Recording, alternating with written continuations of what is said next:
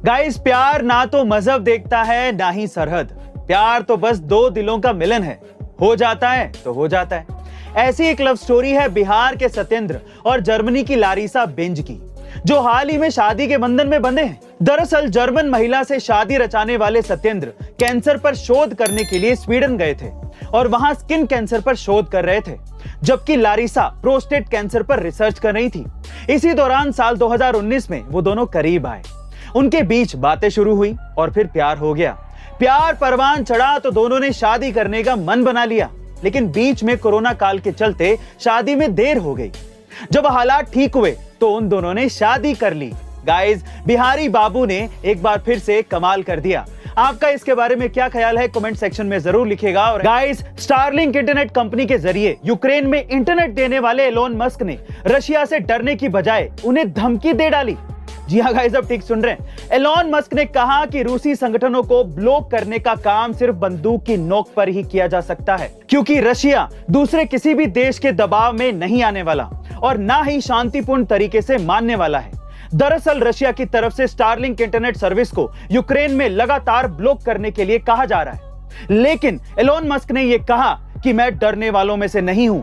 इससे पहले रशिया ने अमेरिकी कंपनियों समेत कई दूसरे देशों की कंपनियों को पहले ही रूसी मीडिया प्लेटफॉर्म से ब्लॉक कर दिया है और अब वो एलोन मस्क पर भी ऐसा ही करने का दबाव बना रहे हैं। गाइस, आपको क्या लगता है कि एलोन मस्क को रशिया का ये पंगा कहां जाकर रुकेगा? 14 फरवरी 2019 यानी कि आज से ठीक 3 साल पहले पुलवामा हमले में हमने हमारे 40 जवान खो दिए थे और वो दिन हमारे लिए किसी काले दिन से कम नहीं था। और उस वक्त देश का हर एक शख्स, हर एक भारतीय गुस्से में था और बदला मांग रहा था। और हुआ भी कुछ यूं ही। पुलवामा का यह हमला जम्मू कश्मीर में आतंकवाद के सफाए में मील का पत्थर साबित हुआ। भारत ने पीओके में घुसकर एयर स्ट्राइक की और पाक आतंकियों के अड्डों को तबाह करके हमारे 40 जवानों के बलिदान का बदला लिया। दोस्तों, पुलवामा हमले को भले ही 3 साल बीत चुके हों, लेकिन इसका दर्द आज भी हर भारतीय के जहन में ताजा है।